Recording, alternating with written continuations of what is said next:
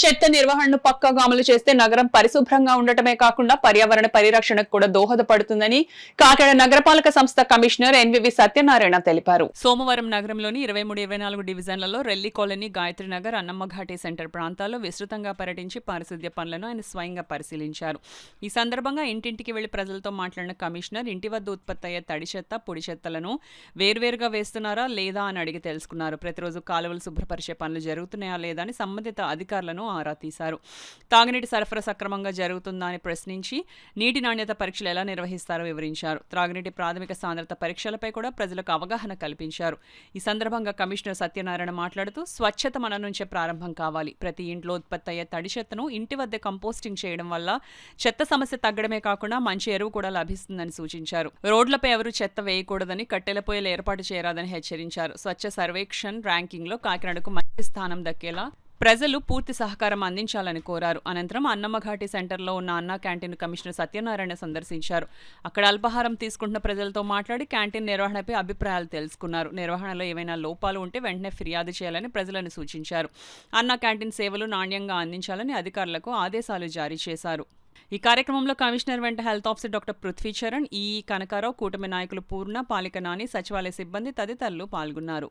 ఏదైనా డ్రైన్లో నుంచి మంచినీరు కనెక్షన్ వెళ్తుంటే దాన్ని వెంటనే ముద్దించండి.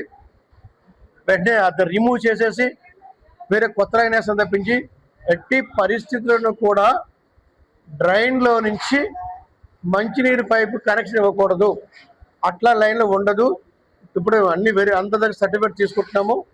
అట్లా ఉంటే మీ దృష్టిలో ఉంటే మాత్రం అవి కూడా మా దృష్టిలో తీసుకురండి, వెంటనే రిమూవ్ చేసేస్తాము. అదేవిధంగా కొంతమంది హాస్టల్లో కానీ స్కూల్స్లో ఉన్న ఉపాధ్యాయులకు కానీ అందరికీ కూడా రిక్వెస్ట్ ఏంటంటే, మీ స్కూల్లోకి మా వాళ్ళు టెస్ట్ సెంటర్కి వస్తున్నారు, దగ్గర వాటర్ టెస్ట్ చేయండి.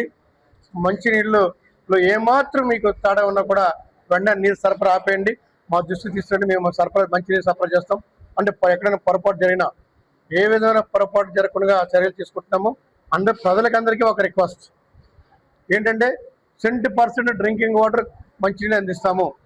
ఎక్కడైనా లీకేజ్ కానీ సీపేజ్ కానీ వాటర్ ఉంటే మా దృష్టికి తీసుకొస్తున్నాము. అదేవిధంగా లైట్ల విషయంలో కూడా మరి వీధుల్లో కొనుక్కోవచ్చు. అక్కడక్కడ మనకి 16,800 లైట్లు ఉన్నాయి. అక్కడక్కడ లైట్ మాడిపోయి లేకపోతే బల్బు మాడిపోయింటే ఆ సమయంలో చీకటి ఉంటుంది. అది కూడా మా దృష్టికి అయితే వెంటనే మేము చర్య తీసుకుంటాము. ముఖ్యంగా ఈ తడి చెత్త, పొడి చెత్త ఇచ్చిన ముఖ్యంగా స్త్రీలకు నా మనవి, ఇంటికి వచ్చి మా తడి చెత్త, పొడి చెత్త వేరువేరే తీసుకెళ్తున్నారు. ఏదైనా కాల్ వచ్చినప్పుడు మీరు జరిగిన విధంగా చెప్పొస్తుంది. మీ అందరూ రిక్వెస్ట్ చేస్తున్నాం. మా శానిటరీ ఇన్స్పెక్టర్స్ కూడా డైలీ కూడా మానిటరింగ్ చేస్తున్నారు.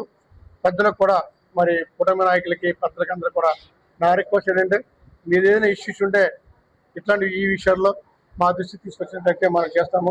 అదేవిధంగా మరి ఈరోజు గ్రీవెన్స్ పెట్టుకుంటున్నాము. ఏవైనా గ్రీవెన్స్ ఉన్నట్లయితే విత్ ఇన్ ఎస్ఎల్ఏనా మనం పరిష్కారం చేస్తున్నాము.